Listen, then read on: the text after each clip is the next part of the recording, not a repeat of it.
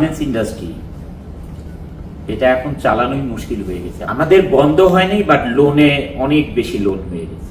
আমরা একাই যুদ্ধ করে যাব আর আমাদেরকে ইন্ডাস্ট্রি ক্ষতি করার জন্য সবাই উঠে পড়ে লাগবে, আমরাই বা কতদিন পারবো? পলিটিক্যাল কিছু ইন্ধনের কারণে। পলিটিক্যাল ইন্ধন এটা কাকে দিচ্ছে? সরাসরি কি একটা শ্রমিককে এসে দিবে? সেটা দিচ্ছে হচ্ছে শ্রমিক যারা লিডার আছেন তাদেরকে দিচ্ছে। তারা স্তর বাই স্তর এসে ফ্যাক্টরিগুলোর ভিতরে পর্যন্ত ঢুকে দিয়ে এই ধরনের আনরেস্ট, ভাঙচুর, বিভিন্ন কাজ করছে। ছাদে বসে দুপুরবেলায় রোদের মধ্যেও ভাত খেতাম, আর আমি ম্যাক্সিমাম ডেতে ওয়ার্কারের সাথে ভাত খেতাম। ওয়ার্কাররা আমাকে এই আদর করে খাওয়াই দিত, ও আদর করে খাওয়াই দিত, এরকম করতো। স্ট্রাগল জীবনে করছি ওয়ার্কারের সাথে থেকে, যে কষ্ট আমি করেছি, কিন্তু তার রেজাল্ট কি পাচ্ছি? আর তার তো রেজাল্ট নাই। এখনকার দিনে এসে কিছু সন্ত্রাসী শ্রমিক, নামধারী সন্ত্রাসী হোয়াটসঅ্যাপ গ্রুপ করে বাইরের থেকে তাদেরকে লিড দিচ্ছে, তারা ভিতরে এই ধরনের অপকর্ম করছে। আমরা না সাধারণ মানুষ, যেই সরকারি আসবে আমাদের কোনো পরিবর্তন নেই, কারণ আমরা কখনো পলিটিক্স করি না, কোনো সংগঠনের সাথেও সম্পৃক্ত না। আমি কোনোদিন বিজিএমইতে ইলেকশনও করিনি। আজকে ইন্ডাস্ট্রি রান করতে যে প্রত্যেকটা মালিক যে হিমশিম খাচ্ছে, যার জন্য কি দেশে এত আনরেস্ট, অরাজকতা সৃষ্টি হয়েছে। এই ঈদে জামা জুতো অ্যাক্সেসরিজের ডিসকাউন্ট। আসসালামু আলাইকুম। এনটিভির দর্শকদের স্বাগত জানাচ্ছি আমি স্পেশাল করেসপন্ডেন্ট জাহিদুর রহমান। দর্শক, আজকে আমাদের অতিথি বলছি, এর আগেও তিনি আমাদের অতিথি ছিলেন, অনন্ত জলিল।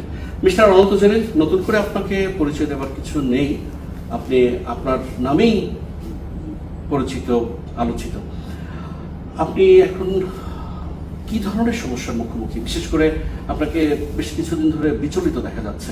গার্মেন্টস ইন্ডাস্ট্রি এটা এখন চালানোই মুশকিল হয়ে গেছে আমাদের। প্যান্ডামিকের সময় আমাদের ব্যবসাটা মানে যতখানি ক্ষতি হয়েছে, তার চেয়ে বেশি ক্ষতি হয়ে গেছে হচ্ছে আপনার ইউক্রেন যুদ্ধ। সব কিছু মিলিয়ে অর্থনীতির যে মন্দা ভাব, এটা গার্মেন্টস ইন্ডাস্ট্রিতে পড়ে। এই গার্মেন্টস ইন্ডাস্ট্রি একদিকে স্ট্রাগল করতেছিল, মানে এখন বেতন উঠানোই মুশকিল।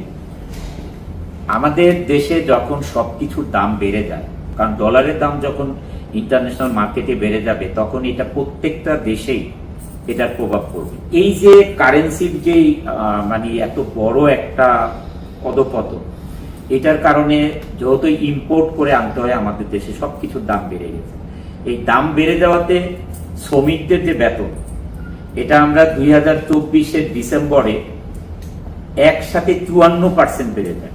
54% বেড়ে দেওয়ার সাথে সাথে গ্যাসের বিল বেড়ে যায় হচ্ছে, যেখানে 12 টাকা পার ইউনিট ছিল, 32 টাকা 50 পয়সা পার ইউনিট। এখন একটা শ্রমিক যে বেতন পেত আগে, আর 54% বেতন বেশি পাওয়ার কারণে তার যে অর্থনীতিভাবে অনেক লাভ হয়ে গেছে তা না। তার কিন্তু ওই চাল, ডাল, তার যে প্রতিদিনের যে নিত্য প্রয়োজনীয় জিনিস, সেটা কিন্তু বেশি দাম দিয়ে কিনতে হয়েছে। প্রবলেমটা হয়েছে আমাদের, একদিকে এই দিকে ঊর্ধ্বগতি হয়েছে আর আমরা নিম্ন গতিতে চলে গিয়েছি। 30 থেকে 35% গার্মেন্টসের অর্ডার কমে গেছে এবং প্রাইস কমে গেছে। এপি ভ্যালু যেটা ছিল সেটা প্রাইস কমে গেছে, যেহেতু ওয়ার্ল্ড মার্কেটে হচ্ছে ইকোনমি ফল করেছে। এই কারণে গার্মেন্টসে কিন্তু মানে প্রতি মাসে যে লসের যে অ্যামাউন্টটা, এটার অ্যামাউন্টটা অনেক বড় অ্যামাউন্ট। আর এই অ্যামাউন্ট হতে হতে হতে যে এই 3 বছরে বিশাল অঙ্ক হয়ে গেছে।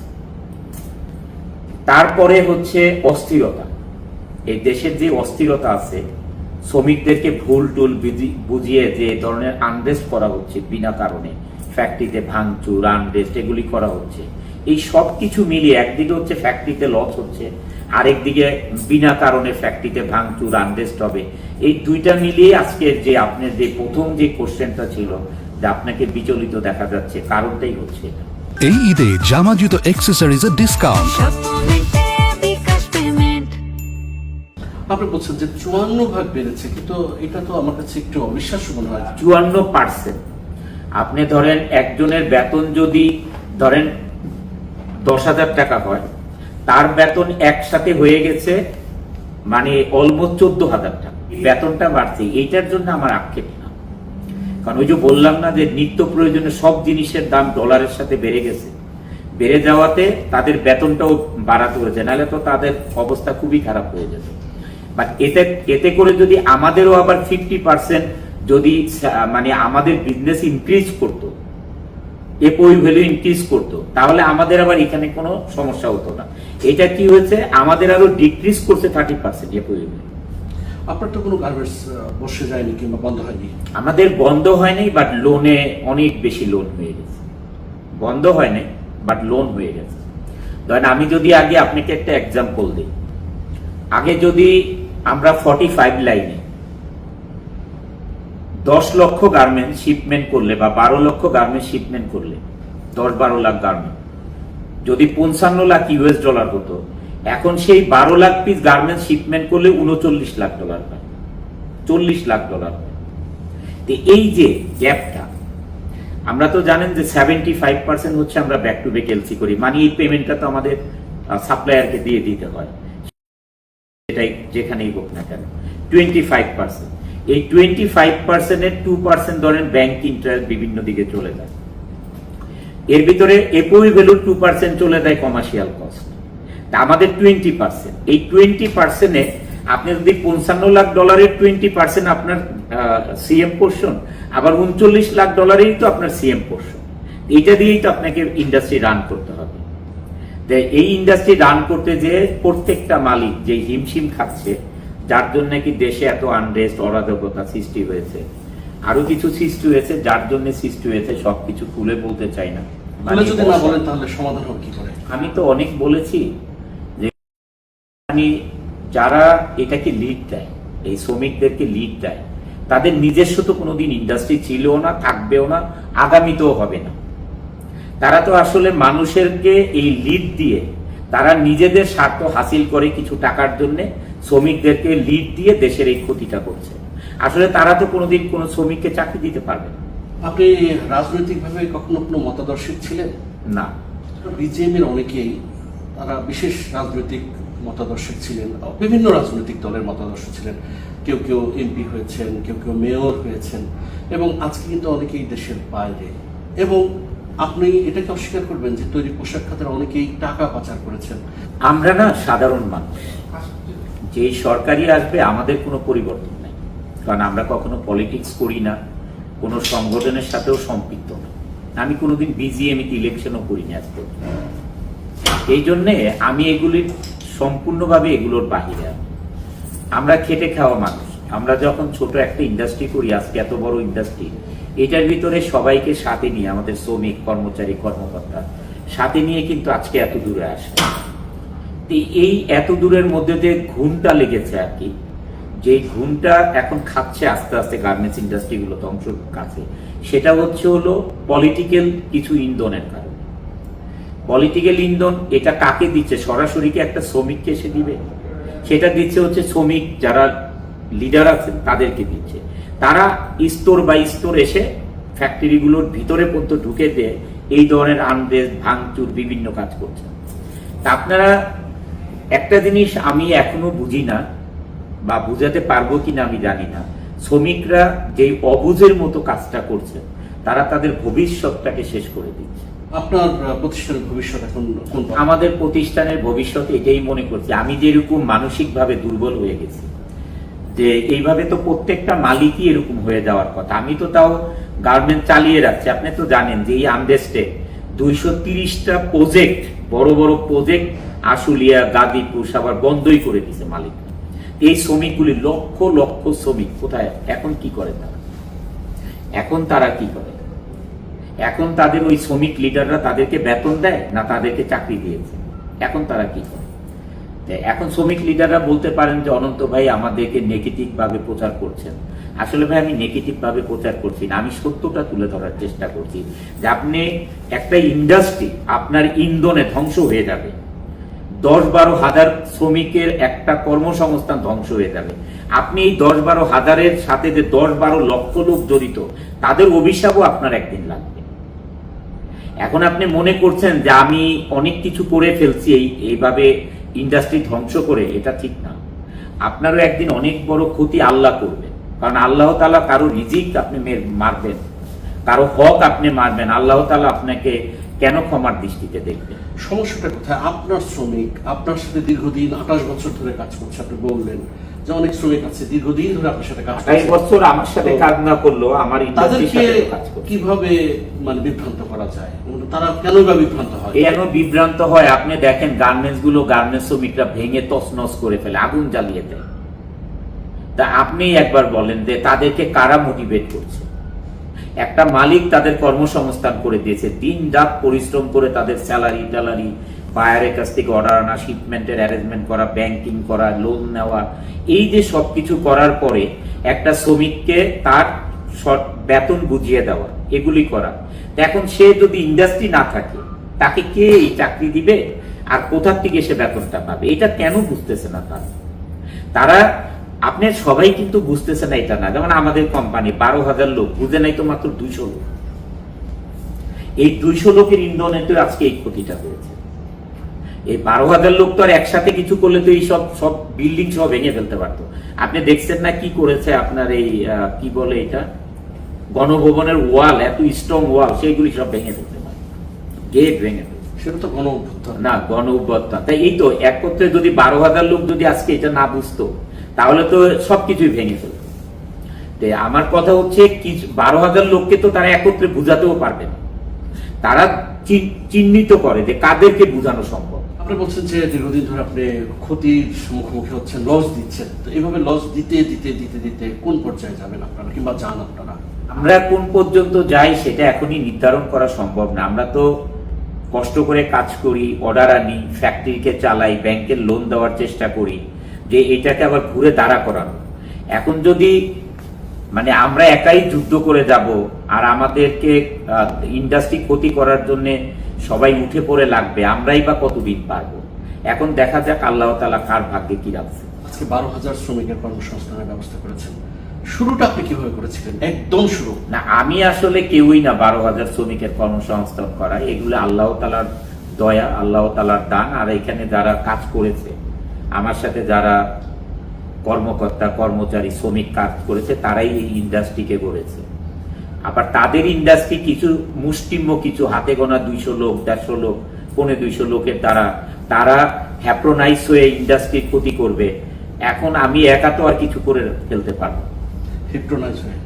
হ্যাঁ, তারাই তো হিপ্রোনাইজ না হলে এটা করলো কেন? আমি বলছি কারণ যারা তাদেরকে হেপ্রোনাইজ করেছে, তারা কি 1 মাসেরও বেতন দিয়েছে তাদেরকে? তারা আরো কি করে শুনবেন? তাদেরকে বুদ্ধি দিয়া প্রথমে হইলো অ্যাবসেন্ট করা, চাকরি ছাড়া। তাদের কাছে বলে আমাদেরকে বলো আমরা বেতন এনে দিচ্ছি, তারা আবার ওইখান থেকে ভাগবে। এটা এই যে কাঁচামাটির মতন শ্রমিকরা, এগুলি কবে বুঝবে? এরা কবে এরা বুঝবে? এগুলি সংগ্রামের কথাটা শুনতে চাচ্ছি। কষ্ট তো প্রত্যেকটা মানুষের স্ট্রাগল আছে, সেটা আমারও আছে। আপনি জানেন টনি ব্লেয়ার যখন ইংল্যান্ডে আসে, মানে লন্ডনে আসে, ইংল্যান্ড তো তারই দেশ, লন্ডনে আসে, তখন এসে শুয়ে থাকে হচ্ছে আপনার মানে গার্ডেনে শুয়ে থাকে। তিনি কিন্তু ওই দেশেরই আবার প্রাইম মিনিস্টার হয়েছে। এরকম ইতিহাস পৃথিবীতে অনেক আছে। যে প্রত্যেকটা মানুষের স্ট্রাগল আছে, স্ট্রাগলের পরে যে সাকসেসটা আসে। আমার স্ট্রাগল হচ্ছে আমি যখন 200 লোকের ইন্ডাস্ট্রি ফ্যামিলি থেকে আমাকে দিল, আমি যখন শুরু করলাম এটার হাল ধরা, তারপরের থেকেই তো এই যে যত ইন্ডাস্ট্রি দেখেন, মানে আমি একটা কথা নিজেকে নিজে কেন বলতে চাই না, এগুলো আল্লাহ তাআলা পছন্দ করেন না যে আমি এগুলো করেছি। এগুলো একদম একটা শিরক বলা যেতে পারে, এই জন্য আমি এগুলো বলতে চাই না। তা আমি এইটুকু বলতে চাই যে এই 200 লোকের ইন্ডাস্ট্রি একটা ভাড়া বিল্ডিং এ ছিল মিরপুরে।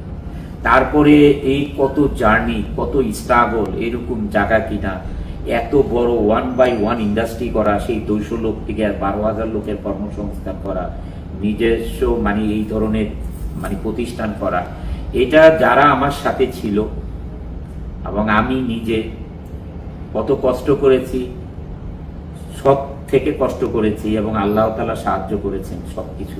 ওয়ার্কারের সাথে আগে আমি ভাত খেতাম দুপুরবেলা। আগে এই ধরনের ইন্ডাস্ট্রি এরকম এত শাকসজ্জা ছিল না, ক্যান্টিন ছিল না, এসি ছিল না। হ্যাঁ, তখন আমরা ছাদে বসে দুপুরবেলায় রোদের মধ্যেও ভাত খেতাম। আর আমি ম্যাক্সিমাম ডেতে ওয়ার্কারের সাথে ভাত খেতাম। ওয়ার্কাররা আমাকে এই আদর করে খাওয়াই দিত, ও আদর করে খাওয়াই দিত, এরকম করতো। তা আমার এই ইতিহাস অনেক, যে ওয়ার্কারের সাথে আমি, দেখা গেছে একটা ফ্যাক্টরি চলতেছে, সুইং ফ্লোর 10-12 ঘন্টা, 12 ঘন্টা আমি ওয়ার্কারের সাথে ওইখানেই খাওয়া দাওয়া করতাম, ওদের সাথে টিফিন খেতাম ফ্লোরে বসে। অনেক স্টোরি আছে এগুলো। নিজের সংগ্রামটা বলুন। এই সংগ্রামটা করে করেই তো আজকে এইভাবে আসা। আমি কখনো ফ্যাক্টরি আর অফিস কিন্তু আলাদা করি না, এই জন্য যে সবসময় ওয়ার্কারের সাথে আমার একটা অ্যাটাচমেন্ট থাকতে হবে। আমি মিরপুরে যখন ভাড়া বিল্ডিং ছিল তখনও ওয়ার্কারের সাথে অফিস করেছি। আজকে যে এত বড় ইন্ডাস্ট্রি, এই যে অফিস যা দেখছে, এগুলো কিন্তু এদের সাথেই বসে কাজ করা। আমি কিন্তু অন্য গার্মেন্টস মালিকরা যে গুলশানে বসে তাদের লাইফকে এনজয় করতেছে, অফিস করতেছে, আমি কিন্তু সারাক্ষণ ওদের সাথে বসে স্ট্রাগল করছি, তাদের কথা শুনতেছি, ওয়ার্কারের কথা, অফিসারদের কথা সারাক্ষণ শুনতেছি। ইভেন তো আমার বাসা থেকে বলে, তোমার একটা কোনো নিজস্ব বলতে কোনো লাইফ নেই, কোনোদিন একটা বিয়ের দাওয়াতেও তুমি যাও না। আমার মনে হয় আপনি দেখবেন যেখানেই যাই একটা নিউজ তো হবেই। আপনি এই 16 মানে 8 আর এখনো 24, তার মানে 14 কত 16 বছর চলে মিডিয়াতে। আমি 15-16 বছর, এই 15-16 বছর কয়টা অনুষ্ঠানে আমি গিয়েছি খালি চেক করে দেন। মানে দেখা গেছে অনুষ্ঠানে যাইতে হবে রাত 8টায়, আমি এতে বেরোই 10টা। আমি যে স্ট্রাগল জীবনে করছি ওয়ার্কারের সাথে থেকে, যে কষ্ট আমি করেছি, কিন্তু তার রেজাল্ট কি পাচ্ছি? আর তার তো রেজাল্ট নাই। এখনকার দিনে এসে কিছু সন্ত্রাসী শ্রমিক, নামধারী সন্ত্রাসী হোয়াটসঅ্যাপ গ্রুপ করে বাইরের থেকে তাদেরকে লিড দিচ্ছে, তারা ভিতরে এই ধরনের অপকর্ম করছে।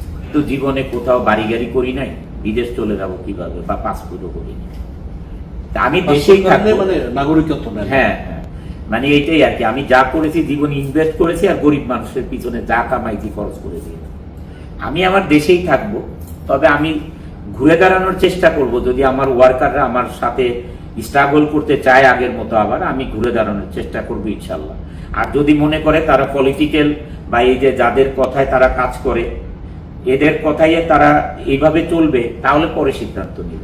এনটিভির দর্শকদের জন্য কি বলবেন? এনটিভির দর্শক, আমার যে ভাই আছেন, ওনার এক ভিডিও শুধু আমার চ্যানেলে 40 মিলিয়ন ভিউ। আমি একবার কথা বলেছিলাম প্যান্ডামিকে, সেই তারপরে আরেকবার কথা বললাম হচ্ছে আমার মনে হয় শেরাটন হোটেলে গার্মেন্টস নিয়ে, ওইটাতে দেখি আমার চ্যানেলে এখন 25 মিলিয়ন ভিউ। তা আপনি হচ্ছেন একটা লক্ষ্মী মানুষ, এই গার্মেন্টসের পাশে থাকেন, সত্য কথা তুলে ধরার চেষ্টা করেন। আপনার প্রতি আমার অনেক অনেক দোয়া রইল ভাই। আমি এনটিভির দর্শককে বলতে চাই ভাই, যে আমি আসলে মিথ্যার আশ্রয় নিয়ে আমি কাজ করি না। কারণ এবার যেই কাজটা আমরা করেছি, সহ্য করতে না পেরে তারপরে রুখে দাঁড়ানোর চেষ্টা করছি, যে 200 লোকের জন্য এই 12,000 লোকের কর্মসংস্থান নষ্ট হয়ে যাবে। যেভাবে আমাদেরকে মিডিয়া সাপোর্ট দিয়েছে, আমাদের সেনাবাহিনী থেকে যে সাপোর্ট পেয়েছি, তারপরে আপনার পুলিশ বাহিনী থেকে যে সাপোর্ট পেয়েছি, সবার প্রতি কৃতজ্ঞতা প্রকাশ করছি। আপনারা সবসময় দেশকে ভালোবাসেন, দেশের অর্থনীতিকে সচল রাখার জন্য যেই চেষ্টা আপনাদের, এটাকে অব্যাহত রাখেন। ধন্যবাদ সবাইকে। এতক্ষণ আমাদের সঙ্গে ছিলেন ঢাকাই ছবির নায়ক, প্রযোজক এবং পরিচালক, এর বাইরে যে পরিচয় আছে তৈরি পোশাক খাতের একজন অন্যতম উদ্যোক্তা অনন্ত জলিল। নিশ্চয়ই আগামীতে নতুন কোনো অতিথি নিয়ে হাজির হবো আপনাদের সামনে। ততক্ষণ পর্যন্ত সবাই ভালো থাকবেন, সুস্থ থাকবেন, এনটিভির সঙ্গেই থাকবেন। আল্লাহ হাফেজ।